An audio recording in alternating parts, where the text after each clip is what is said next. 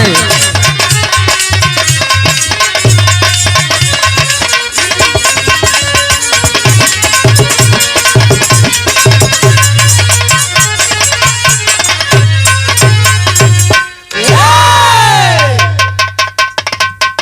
अच्छा भैया, हम लोग गीत भोजपुरी बिरहा गायक उमेश लाल प्रजापति आप सभी भोजपुरिया भाई लोग के पैर छू के प्रणाम करत बानी। आप सबके बीच में दूगो बिरहा हमार गईल जौनों के बहुत बढ़िया प्यार दुलार आशीर्वाद आप लोग देला। फिर आप लोग के बीच में एक बिरहा भेज रहा हूँ। आशा ना विश्वास है कि एके पसंद करवा लोग। कुछ अलग करे का कोशिश हमेशा करीला हम। कवि जी 4 लाइन भूमिका में भाव देला मास्टर, कैसे?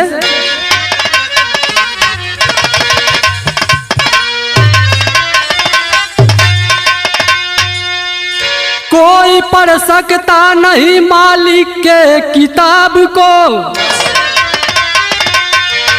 अरे जिसमें है सबकी किस्मत लिखी गई। उनके आगे किसी की है चलती कहाँ, अरे जिंदगी हर दुआएं लेती गई। सबको हंसाते रुलाते वही है, कभी किसी की चुनरी कफन बन गई।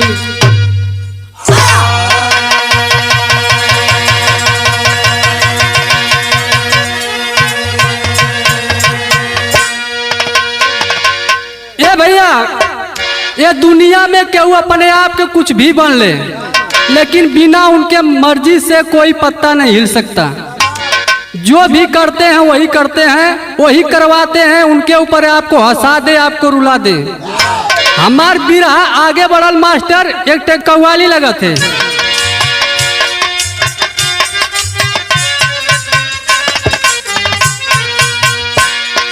हमारे मास्टर वह कव्वाली बजाओ तुमन। कौनो लड़का बम्बई में प्यार कैलस, लव मैरिज करके जब गाँव लेके चल गई तो कुल गांव का लड़का लगना परेशान करे। तो जाए के अपने लभरवा से कलश की देखो ना तुम्हारे गांव वाले कितने दुष्ट हैं। कलश बस में लिखी हुई एक चीज देखी हो कि नहीं, अपने सामान की सुरक्षा स्वयं करें। ओके समझावत अपने भाषा में। लड़के हैं मुहल्ले के शैतान मेरी लैला, लड़के हैं मुहल्ले के शैतान मेरी लैला, लड़के हैं मुहल्ले के शैतान मेरी लैला, लड़के हैं मुहल्ले के शैतान मेरी लैला, लड़के हैं मुहल्ले के शैतान मेरी लैला, लड़के हैं मुहल्ले के शैतान मेरी लैला, लड़के हैं मुहल्ले के शैतान मेरी लैला, लड़के हैं मुहल्ले के शैतान मेरी लैला। तू इनसे बचा, तू इनसे बचा अपनी दुकान मेरी लैला, तू इनसे बचा अपनी दुकान मेरी लैला, तू इनसे बचा अपनी दुकान मेरी लैला, तू इनसे बचा अपनी दुकान मेरी लैला। लेकिन बिरहा के अंदर कवि जी भाव देत हुआ ये समाज के देख के। हवस की आग में, हवस की आग में हर इंसान जल रहा है, हवस की आग में हर इंसान जल रहा है, हवस की आग में हर इंसान जल रहा है, हवस की आग में हर इंसान जल रहा है, हवस की आग में हर इंसान जल रहा है, हवस की आग में हर इंसान जल रहा है, हवस की आग में हर इंसान जल रहा है, हवस की आग में हर इंसान जल रहा है। रिश्ता कोई भी हो, रिश्ता कोई भी हो, सब में दाग लग रहा है, रिश्ता कोई भी हो सब में दाग लग रहा है, रिश्ता कोई भी हो सब में दाग लग रहा है, रिश्ता कोई भी हो सब में दाग लग रहा है। ए भैया, आज के जमाना में कोनो रिश्ता ऐसा ना बा कि जौन साफ सुथरा बचल बा। हर रिश्ता में विश्वासघात का दाग लग चुकल है। हमार बिरहा आगे बढ़ल मास्टर नजम लगत है, यही से कहानी का शुरुआत भई है।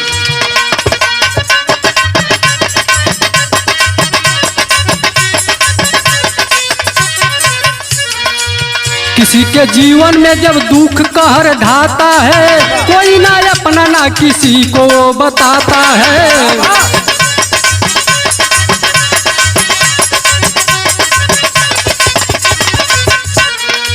चमकती औरत के मांग जब सिंदूर की लाली है, सारे जहां की आंचल में खुशहाली है।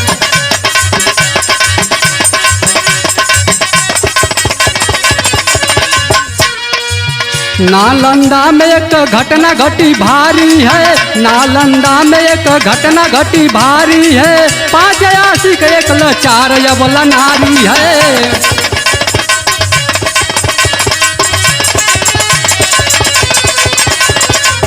समय से पहले ही पति का साथ छूट गया, समय से पहले ही पति का साथ छूट गया। सबका विधाता इससे रूठ गया।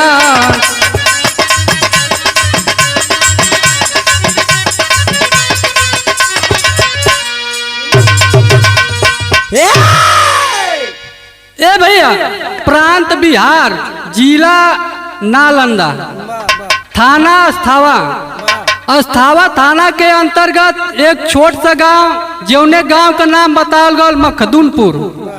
वही मखदूनपुर के रहे वाला राम पासवान, उनकर पत्नी पीनो देवी। बड़ा अच्छा खुशहाल जिंदगी बीतत बा। दोनों जानी में प्यार प्रेम बहुत बढ़िया बा। धीरे धीरे जिंदगी का आगे बीता थे। एक दिन पीनो देवी जो नहीं अपने पति राम प्रसाद से कहलिन तनी बाजारे चल जाता, कुछ बढ़िया सामान अगर लेके अवता हमें खाए ला तो तोके शाम का एगो बहुत बढ़िया खबर सुनौती। एकदम खुशी से झूम उठता। उ गईला बाजारे, जब बाजारे गईला तो बहुत का मास्टर यहाँ विदेशिया लगत।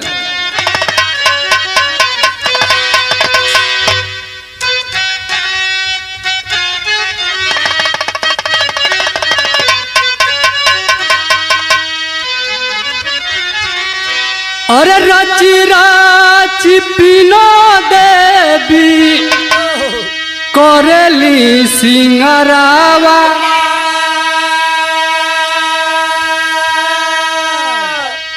और सजना के भेजली बाजार।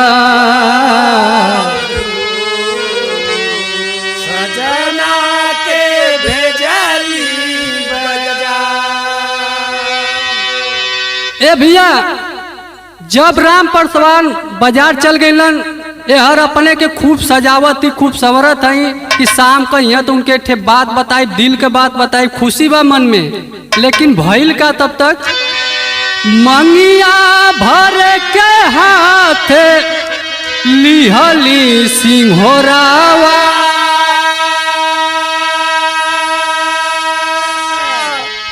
अरे हथावा पे कूदल बा बिला।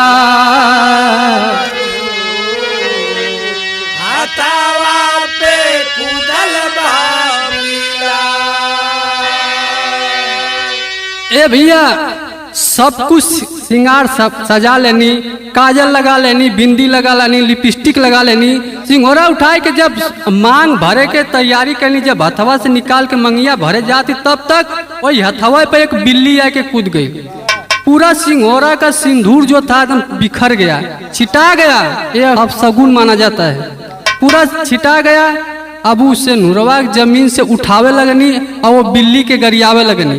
तब तक भइल का तब का फोनावा के बाजल बाटे रिंगावा।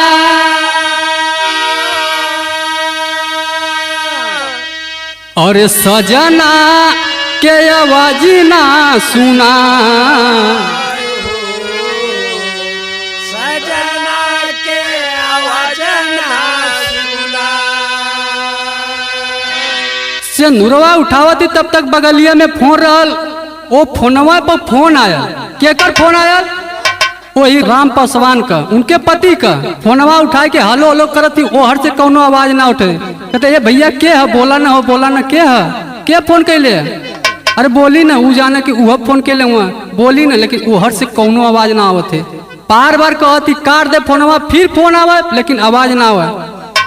ऐसे कहत कहत 10 मिनट बीतल, फिर फोन आल। अरे भैया क्या हुआ? बोला ना, बोला ना।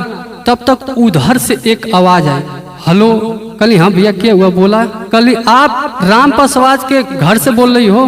कली हाँ हम उनके घर से बोला थी, उनका दुल्हन बोला थी। बोली ना, बोली ना। ऊ कहाँ हुआ? बात कराई ना। ए भैया बात कराई ना, कहे चुप हुआ?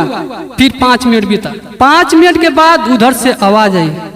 वो ऐसा आवाज आई कि एकदम करेजा के चीर दिला। फिर कहते अरे भैया बोली ना, बताई ना, बताई ना। कल तोरे घरे कौनो आदमी हो कथा, उनके फोन दा, उनसे हम बताई। उधर से जो फोन किया वो बोला, बोले मेरे घर पे अभी कोई नहीं है भैया, हम ही से बताई ना। कहो क्या बात है? वो कहाँ? उनसे बात कराइए ना। अरे बहन उनका एक्सीडेंट हो। इतना जब बात सुनी एकदम रोने लगी, चिल्लाने लगी, मोबाइल फेंक के भागने लगी। गांव के वाले सब पकड़े, चिल्ला रहे है, रो रही है। सब पूछे तो वो बोल कहाँ पा रही है। लोग सोचे इसका मोबाइल कहाँ है। जब मोबाइल पे गए तो नंबर देखे, फिर फोन किया, फिर वही आदमी उठाया। तो वो आदमी से जब गांव वाले बात किए तो वो सारा डिटेल बताया उनका कि उनका तो एक्सीडेंट हो गया है, ये मार्केट में हो गया है। तब तक वो लोग हर बात करते, तब तक नंगे पांव दौड़ते दौड़ते पहुंच गई मार्केट। सबसे पहले जब वहां गई तो देखलस जो रो रही थी, इतना रोना बंद हो गया, आंख से आंसू आना ही बंद हो गया, मुंह के जबान ही नहीं खुले को, बस देख रहे बेहोश होके गिर जाए, फिर उठावा लोग पानी मारे, फिर गिर जाए। वो छाती पे अपना सर रख के एक बात पूछत थे, का कली?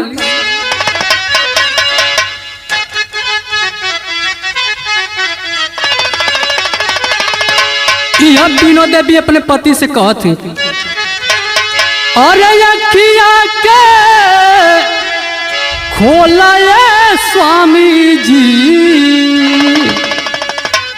कुछ तो हसे करे के बाड़े हो बा, कुछ तो हसे करे के बाड़े हो बा। कहलीन अरे तो क्या हम कह ले ना कि शाम का जोन बात बताई, एक बार अपना खोली ना, अभी बता देती, अभी बता देती ना तो हमरे दिल का बात दिल में रह जाई। लेकिन ये भाई जो इस दुनिया से चला गया वो कहाँ आने वाला है। एक बात और कली, का कली? कौन कहली गलती हमारे साथ छोड़ दिहला,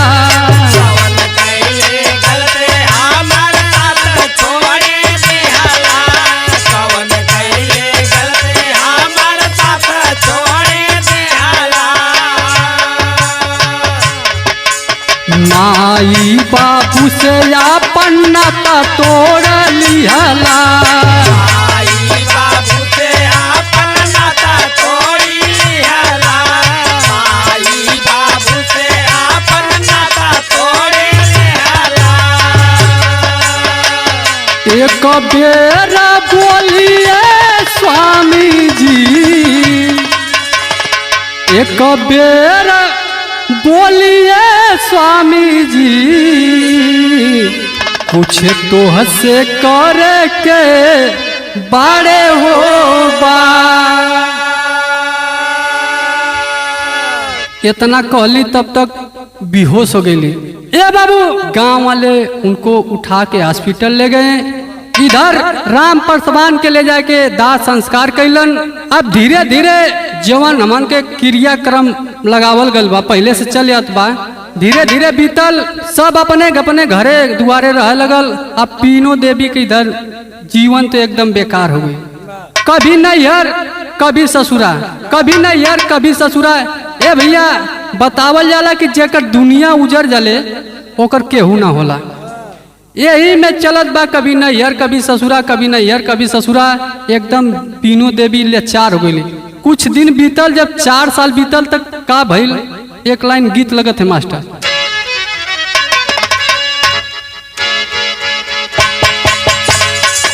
हाँ मालिक क्या बात है।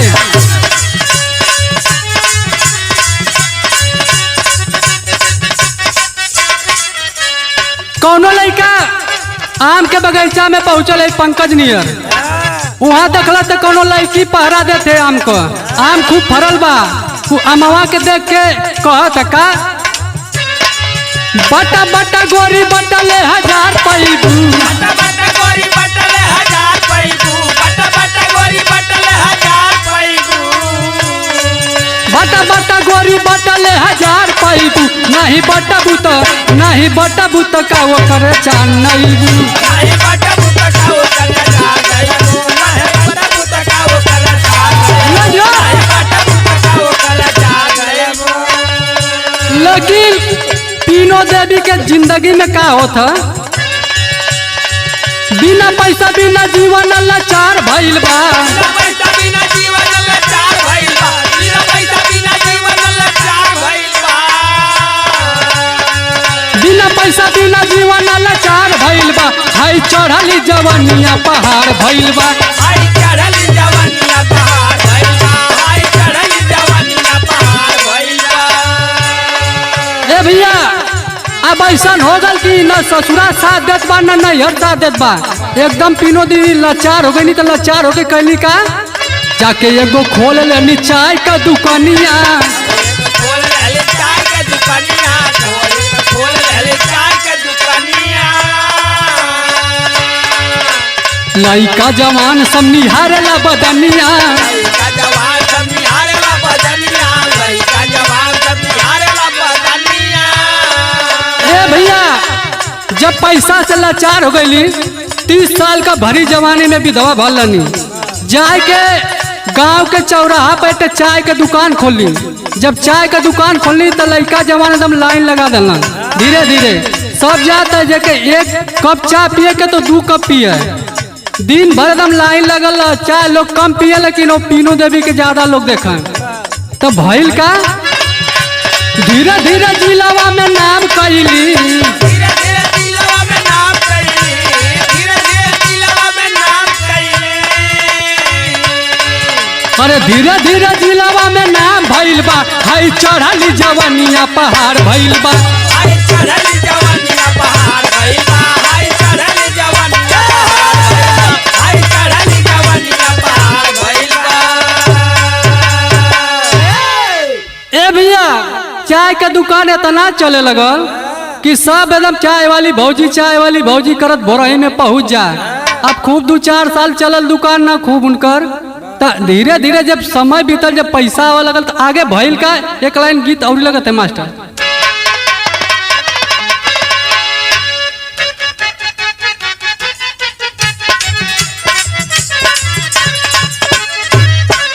जमाने का लेटेस्ट गीत बजाओ तुमने मास्टर कि नहीं बजे रखली गई। गुजरल नजर से जब तू गुजरिया धड़केल जोरे से, गुजरल नजर से जब तू गुजरिया धड़केल जोरे से, गुजरल नजर से जब तू गुजरिया धड़केल जोरे से, गुजरल नजर से जब तू गुजरिया धड़केल जोरे से, एक ही गो दिल बाटे सीना के भीतरिया, एक ही गो दिल बाटे सीना के भीतरिया, वो दिल लागल बा तोरे से, एक ही तो दिल बाटे सीना के भीतरिया, वो दिल लागल बा तोरे से, एक ही तो दिल बाटे सीना के भीतरिया, वो दिल लागल बा तोरे से। लेकिन कभी जी बिरहा में भाव दे तू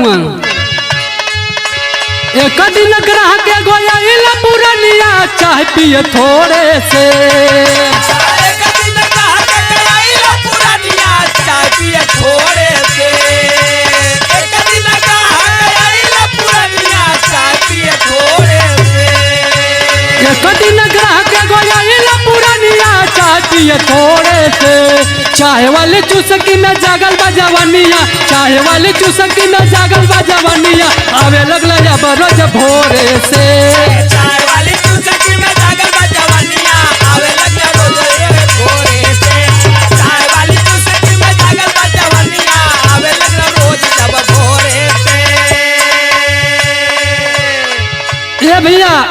अभी तक तो नौजवान लड़का आवत रहल उनके दुकान पर। एक दिन कृष्णा कांत प्रसाद जेकर उम्र 75 साल वो पहुँचल हुआ चाय पिए।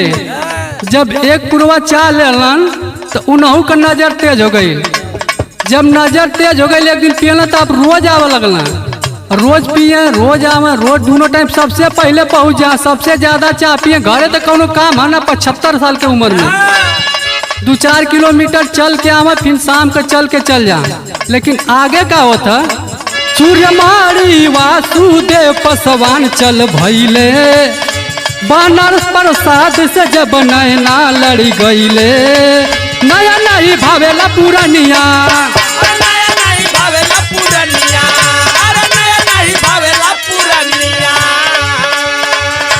सबके चिखावेली चटनिया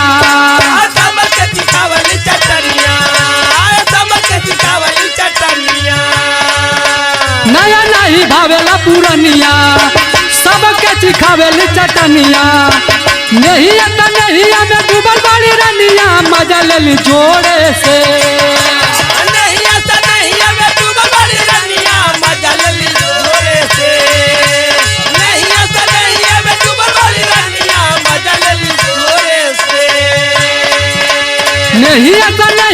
डूबल बड़ी रनिया मजा ले ली जोड़े से।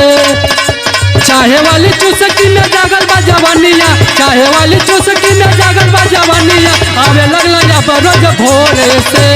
चाहे वाली चुसकी में जागल बा जवानिया आवे लगला रोज या भोरे से।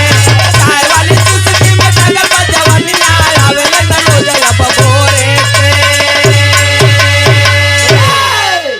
ये भैया अभी तक कृष्णकांत प्रसाद रहल 75 साल वाला। तब तक वही में एक जानी और पहुँचना जेकर नाम सूर्यमणि वासुदेव। अब वो देखा तो यार मीनू देवी जो नहीं थी ज्यादा चारा डालना इनके बुढ़ऊ के तो कहना का ये भा अब ये चले के चलती है वही अकेला अकेला कहना कहल का चाहत हुआ। अरे कहत हूँ का कहल चाहती इतना पुरान हो गया अभी बात के हमरा समझत ना हुआ। अरे जवन तू करत बड़ा जवन खाद बड़ा तनी हमहू खिया देता तनी हमरो नसीब जाग जात बुढ़ाई में। तो ई बतिया कृष्ण प्रसाद जाए के पीनू देवी से कहला तो सोचला चला जैसे तू वैसे वो हो। अब 2 जानी हो गईलन। अब धीरे धीरे कुछ महीना जब और बीतल तो बनारसी प्रसाद अलन।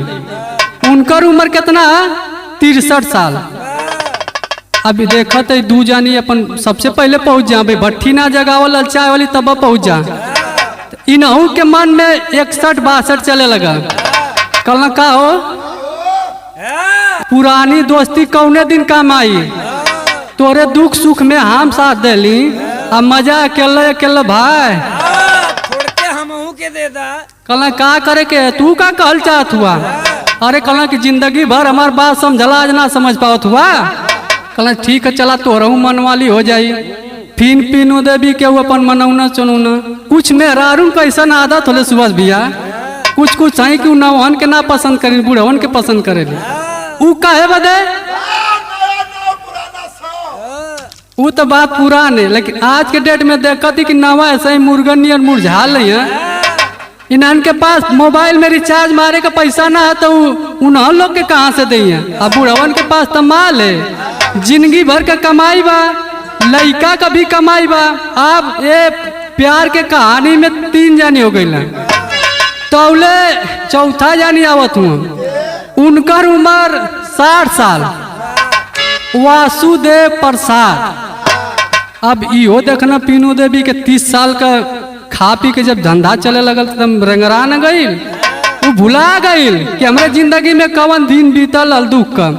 अब चिकनाइल बा अभी नहू का मन डोले लगा तो ई डायरेक्ट बात के पीनू देवी से कहना कि हम कुल तो लीला जाना थी अगर हमार बात ना मनबू न तो हम सबके हल्ला कर बदनामी हो तो नहीं हर के ना हर के।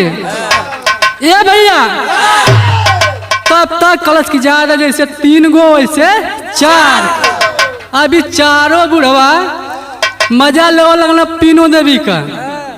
बिरहा तो पहले करूँ रहे लेकिन अब चेंज होते जब मजा लेवल लगल चारों तो ये आपस में चारों दोस्त हो गए। अब एक दूसरे से कौनों के जलन ना है और न कौनों के कौनो एतराज है। चारों बुढ़वा जौने के जहिया मन कर दिन में रात में पर पहुँचल ना दुकान पर, कौनो राती के कौनो दिन में कौनो दोपहरिया में जब टाइम मिले खूब चल पहुँचल ना। लेकिन आगे भइल का टेरी लगत है मास्टर।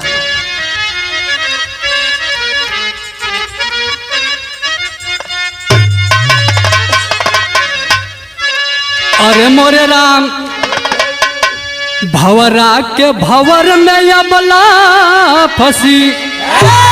अरे राम अरे भवरा के भवर में अबला फंसी। पचवा यातिक बन के घूमे पगला। अरे हो पगला, अरे हो पगला।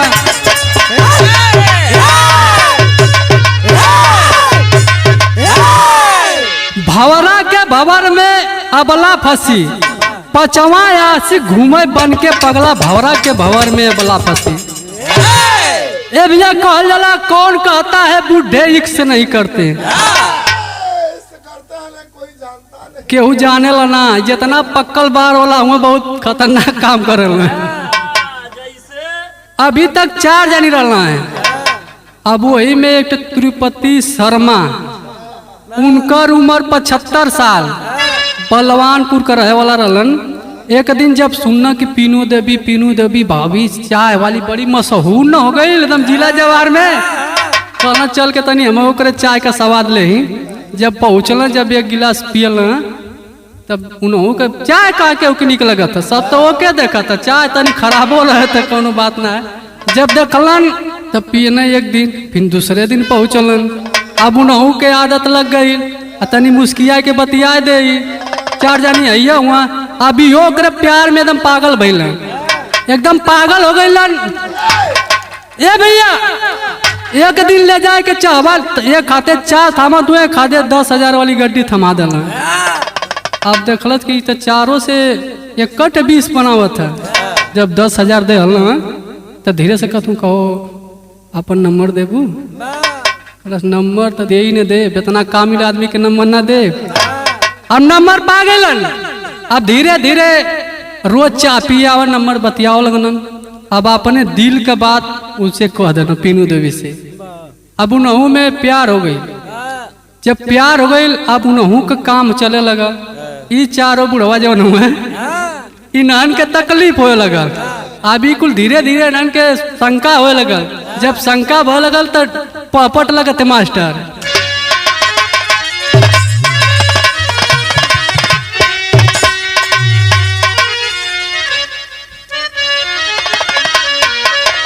अरे तिरुपति से प्यार भइल गहरा पहरा लागल बा।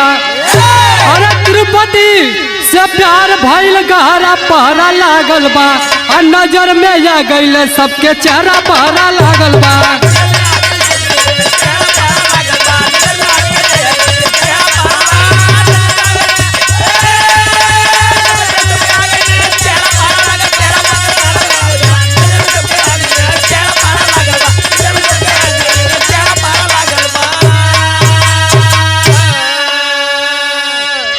ए भैया एक दिन चारों बुढ़वा गुट कैलन कि चला था देखल जा हुआ आयल हका सारे।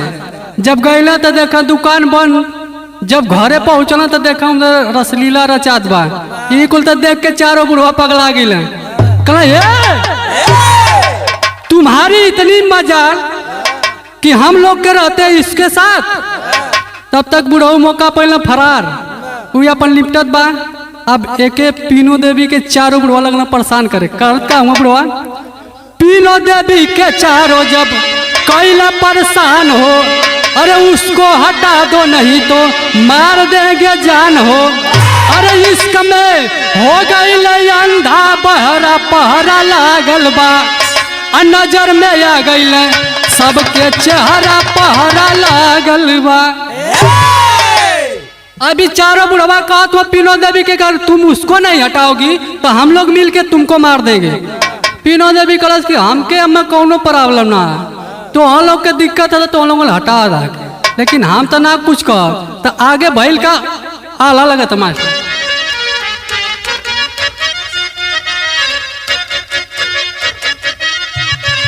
अरे धोखा में धोखा भइल, बदलल नियतिया बाबू।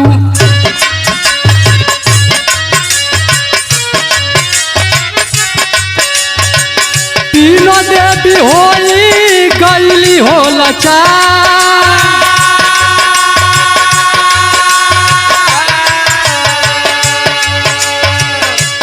कैली एक फोन उनके, एक दिन बोलवली भैया।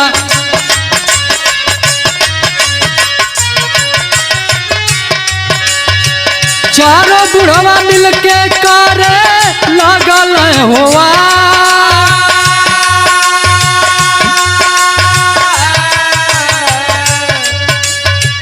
तिरुपति सारा माँ के मार दियल जनवा बाबू।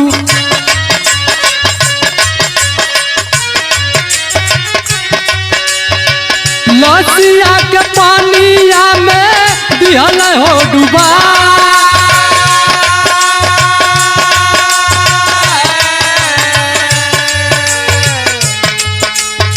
घरवा के लोग जब ले खबरिया भैया।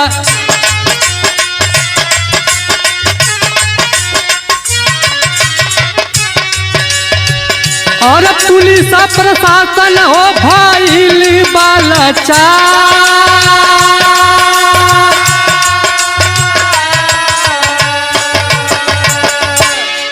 ए भैया जबरदस्ती ये चारों मिलके तीनों देवी से फोन करवाए तिरुपति शर्मा को। एक दिन रात में अकेल में बोलौलस, कलश किया तो से मिले के बहुत मन करा था अकेल में।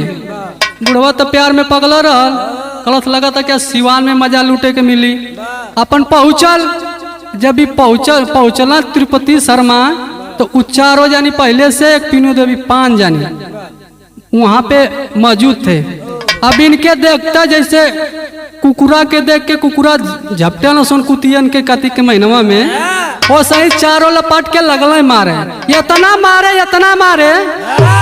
ये भैया इतना मारे कि एकदम उनका प्राण पखेरु जो था उड़ गया। अब तो तिरुपति शर्मा मर गईलन। अभी कुल लगल घबराए कि अगर चिन्हा जाइए तो बड़ी दिक्कत हुई। मरले के बाद भी वो लोग नहीं माने। ए भैया किया क्या कि ईटा से उनका जो चेहरा था इतनी बुरी तरह कूच दिए कि किसी को पहचान में नहीं आए। उसी जगह पास में पॉलिटेक्निक कॉलेज एक था, वहाँ पे नया घर का निर्माण हो रहा था, जहाँ पे घर बन रहा था। सिवान में था, इसलिए लोग पानी इकट्ठा के लिए एक गड्ढा खोदे थे। उस गड्ढे में ले जाके लाश को डुबे दिए ईटा पत्थर बांध के। आगे भइल का सदर लगे।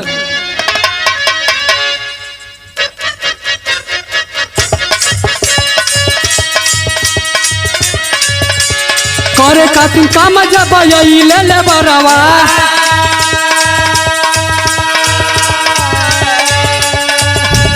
पनिया से लसिया गइल बा उतरा।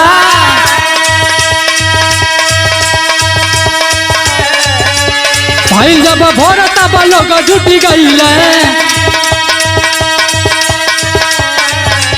कपड़ा से तब ही गइल बा पहचान। पोस्टमार्टम भइला त घरे जब सर्विलांस नंबर दिए हो चढ़ा।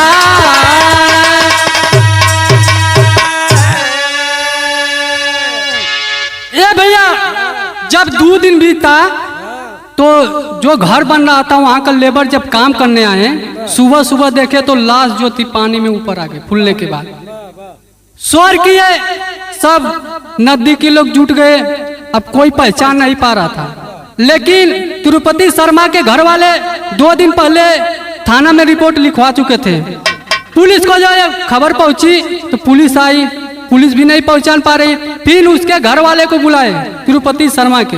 तो जब घर वाले अलन तो चेहरा से इतना कपड़ा से लाश के पहचानलन। जब लाश के पहचानलन, अब के मल्ल कौन विषय मल्ल, पुलिस पूरा जांच कर रही है। किसी से दुश्मनी है, कोई विवाद है, पूरा पुलिस अगर पा जाले तो कई महीना को उघाड़े लगले ना। लेकिन कौनो साबुत पुलिस को नहीं मिला। पुलिस लाचार हो गई, पोस्टमार्टम में लाश को भेज दी। जो उनका नंबर था वो भी सर्विलांस पे चढ़ा दी। लेकिन धीरे धीरे जब कुछ दिन बीतल, 1 महीना बीतल, अभी तक आरोपी पकड़े नहीं गए चारों। न कोई जान रहा है दुकान तो रोज खुलत बा, बुढ़वा भी चारों मजा खूब लेत हूँ। जब 1 महीना बीतल तो भैल का मास्टर खड़ी लगत। अरे एक दिन साबूत एगो लगल बहाथवा, सुन के दरोगा जी के फेल भैले मथवा।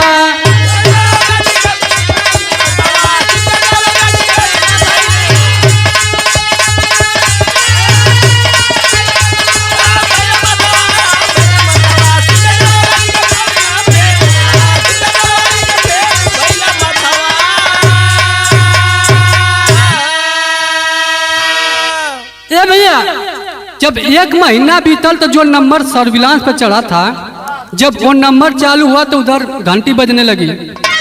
तो ये रिपोर्ट जो है सर्विलांस वाले थाने में दिए। जब थाने में दिए तो उसी आधार पे दरोगा जी चले। कहाँ चले? अरे पीनू देवी के हाथ में मिली है मोबाइल, देख लोकेशन पुलिस घरे गई आई।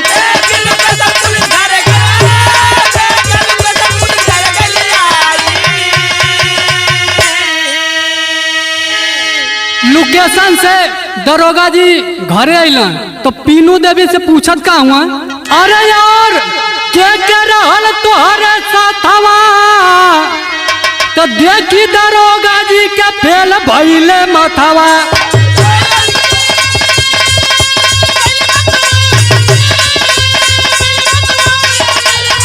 जो मालिक क्या बात है, बहादुर बा।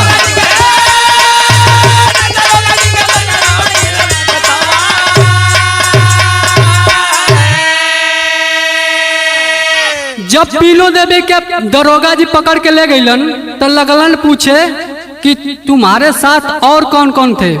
तो ऊ पीनू देवी कहती कि मोबाइल हम रोड पर गिरल ले पौली, हम उनकर मोबाइल हम ना ले लें। लेकिन मोबाइल तो उसी टाइम गिर गई थी जब वो लोग मार रहे थे। तो मोबाइल जब गिर गई तो मेहरारू बहुत लालची होली, वो कुछ भी चलती फिरती संदूक में रख लेनी। मोबाइल उसी टाइम वो रख ली। 1 महीना जब बीत गल तो सोचलस कि आप तो हमन का ना पकड़ा जी, चालू कैलस बढ़िया मोबाइल। लेकिन दरोगा जी लोकेशन चेक करके जब पहुंच गए, जब पूछे तुम्हारे साथ कौन कौन तो था, तो 1 हफ्ता एकदम गोल गोल घुमौल, कहा हमारे संगे केहू ना रहा। जब लेडीज पुलिस 2-4 गो लेलस उनके पछवाड़ा में, तब कुल चिल्ला के लगली बतावे भइल का। अरे दरोगा जी से सच सच दिहली बयान हो, अरे तब बाटे बुढ़ा केहू ना ही जवान हो।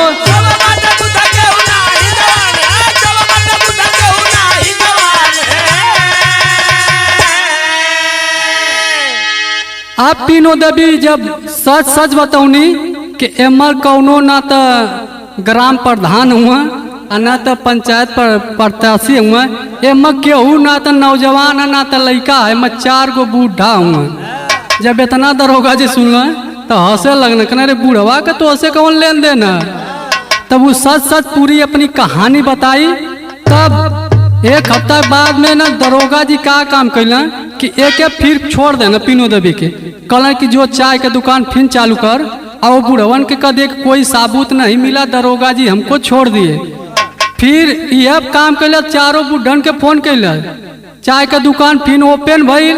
तो चारों कहना चला बड़ा दिन के बाद भेंट होते, चला मिलल जाता नहीं पीनू देवी से। अभी चारों जब दुकान पहले चारों चाय पियत हुआ अपन बतियावत हुआ, तब तक यार से दरोगा जी के फोन कर दिला। जब दरोगा जी के फोन कैला तो ई तब सोचलस कि अब हम छूट जी भी चारों बुढ़वा पकड़िया। दरोगा जी पूरी फोर्स के साथ पहुंचे और चारों बुढ़ों के भी पकड़े, एहू के हाथे हथकड़ी लगा के लिए उन्हें। तब भइल का, अरे सबके हथकड़ी लगल बहाथवा। तो देखी करके दरोगा जी के फेल भइले माथवा।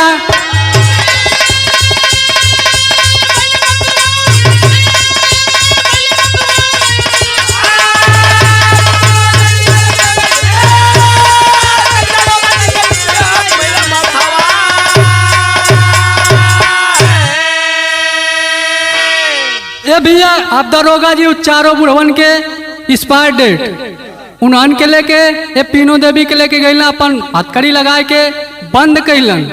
अभी जहाँ दे जेहर दे देखते गरियावा, बूढ़ो के गरियावा, इनहू के गरियावा कि बुझार के बूढ़वा मिलना दूसर बियाह ना कर ली यह कुल करत नहीं है, ऐसे घर द्वार बनले।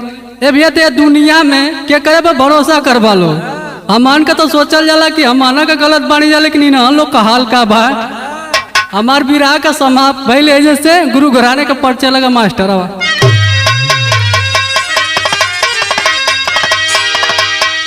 गुरु बिहारी गुरु गणेश गुरु रामलाल गुरुकारी, अरे स्वर्ग बसे चंद्रिका कभी बच्चन जी बने पुजारी।